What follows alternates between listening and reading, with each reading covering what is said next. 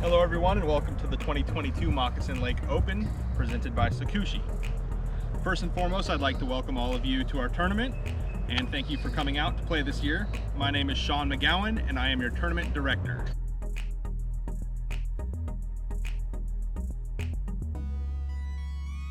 The title sponsor for our event this year is Sakushi. Sakushi has 2 locations locally in Bel Air Bluffs and on Clearwater Beach. Sakushi has a delicious menu offering dumplings, noodles, and sushi, and much more. We thank Sakushi for their support. Please visit them at either location to show them our support in return.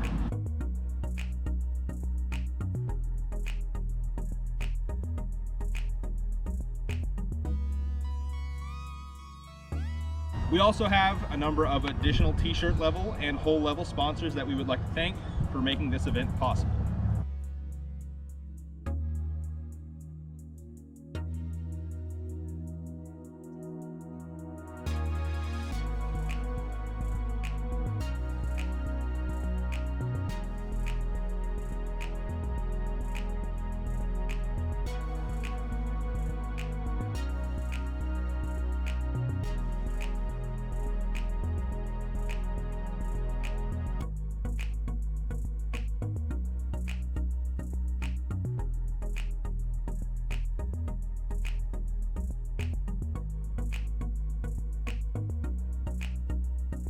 The Tampa Bay Disc Sports Club is one of Florida's largest disc golf clubs. We have been operating locally in Tampa Bay for more than 30 years. Our club is a non-profit organization that maintains and improves our local disc golf courses, hosts events and leagues for our local players, and supports the growth of local disc golf in our community. We thank all of our players for playing in our tournaments and supporting our club's mission. The Moccasin Lake Open has been held at Cliff Stevens Park since 1991. The first MLO was TD'd by our very own CR Willie. The MLO has always been a showcase of our club's historic and challenging Cliff Stevens Park. This year is no exception. This year our tournament will have over 250 participants across 2 weekends of play. We are happy to continue with the tradition of the tournament, and we look forward to running a great event that everyone will enjoy. Our AM Weekend tournament will be taking place the weekend of November 5th and 6th. The tournament will be utilizing Cliff Stevens' iconic 24-hole layout. There will be 2 rounds of tee times, 1 round each day. The event is scheduled as follows.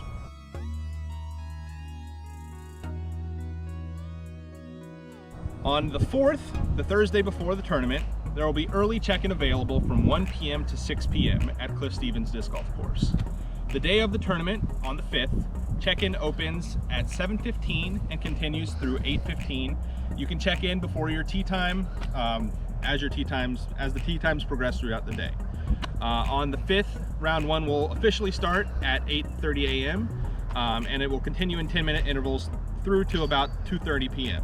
So your tee time may be anywhere within that window. On the 6th of November, round 2 will start at 8:30 as well and continue throughout the day. Our virtual players meeting will be pre-recorded and emailed to all players on the Thursday before the tournament, 11:03.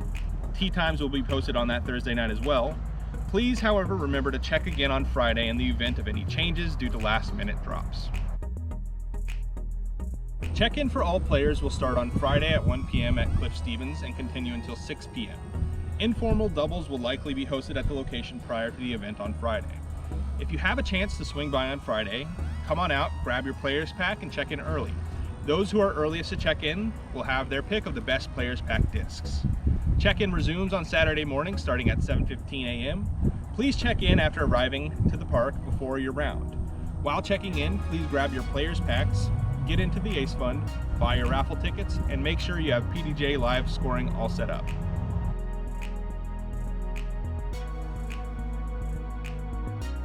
Due to limited parking at the course, parking will be directed by our event staff. Once parking fills at the designated areas, players are to park alongside Park Trail Lane. Please be cautious in parking to not block in any vehicles or park in any restricted areas.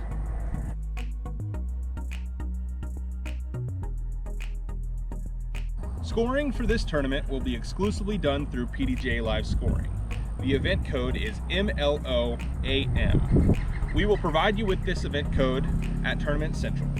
2 players on each card are encouraged to keep score with live scoring through their round in order to catch any possible discrepancies in real time. We will show you how to get it all set up if you have any questions. There will be no in-person players meeting for this tournament. Please proceed to your starting hole prior to tee-off.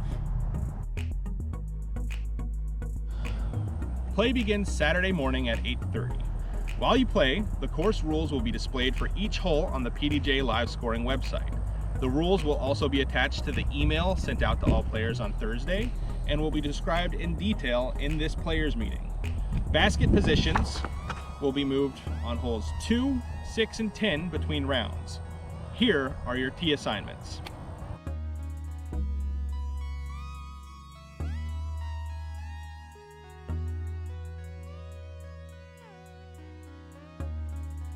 On hole 4, the large oak tree to the right of the tee pad will have a mandatory. You must play to the left of the tree. The mandatory rules for 2022 are in effect. On hole 4, the sidewalk halfway down the fairway is inbounds itself. The other side of the sidewalk is OB. Across the sidewalk on hole 8 plays out of bounds. The pavement on the left on hole 9 is out of bounds, as is the parking lot. On hole 10, the painted OB line underneath the railroad track is in play. If you cross that line, your OB and standard OB rules will apply. If, however, you happen to land in the painted casual zone around the equipment on the fairway, there is a painted drop zone that you would proceed to with no strokes. You'd be throwing your next shot from that drop zone. For instance, if your disc lands to the right side of this painted line, that is landed in the casual zone. You'll proceed to the painted drop zone on the left and throw your next shot with no penalty. If by any chance you land in this cage deep in the basket on hole 10, that's out of bounds. Play your lie from where you went into the cage. That also applies to if you land on top of this building. The path deep of the basket on hole 11 is inbounds itself.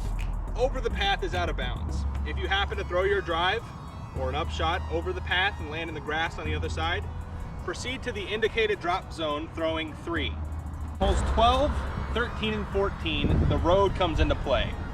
The OB line for the road starts past the concrete gutter. So the asphalt itself is OB. If you land or are touching the concrete, you're in and you play your live meter in from there. The long pad for hole 13B will be played from this line as indicated. The short pad for hole 13B will be played from this indicated line. Over the path to the right on hole 15 plays out of bounds. If you cross the path and land in the grass on the other side, you're out of bounds. On the path is in. Hole 16 is not an easy hole. There are a number of rules that competitors must consider before playing this hole. The peninsula is out of bounds. If you land on the peninsula, you will have to proceed to the drop zone and throw your shot for 3. Any shot that does not cross inbounds or land inbounds will proceed to the drop zone throwing 3.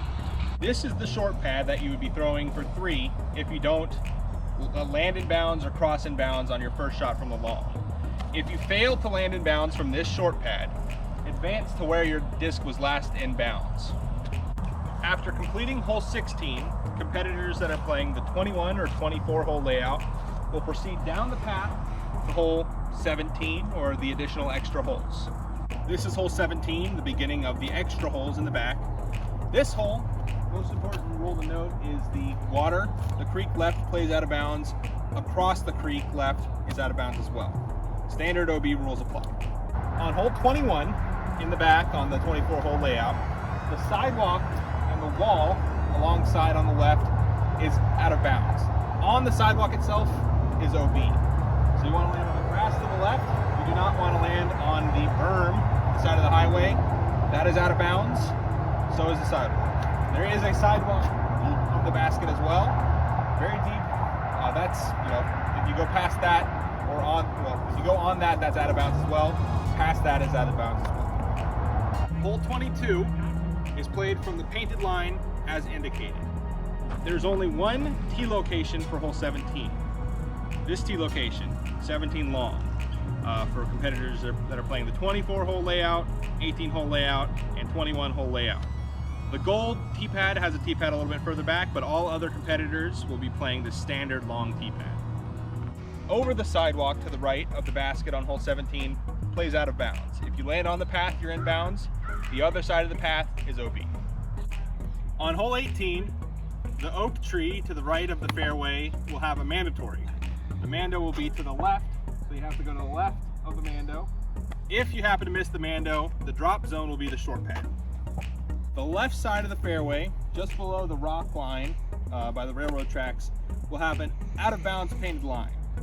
If you happen to cross over into the out of bounds area on the left, just play standard OB rules. Take your meter or however far you'd like in line with the basket back from the OB line. This fenced in area on the right on hole 18's fairway is also out of bounds. If you land in this area, play from where you went out. Hole 18 does have some equipment on the fairway. A painted casual zone has been indicated around with this white line. If you happen to land inside the casual zone, proceed to the indicated drop zone without penalty. Anything not specifically stated in my course walkthrough will be indicated in the course rules sent out to all players and on the course rules as you keep score on pdga.com/score. After the round concludes on Sunday, we will be distributing trophies and payout as divisions finish. Please stick around to collect your trophies, payout, purchase your raffle tickets. Payout for AIMs will be provided via club merchandise. Our raffle will be held on Monday night following the tournament. The raffle will be streamed live on the Tampa Bay Disc Sports Club Facebook page. We will contact all raffle winners and get your prizes to you. And that concludes our players meeting. We look forward to seeing you all out on the course.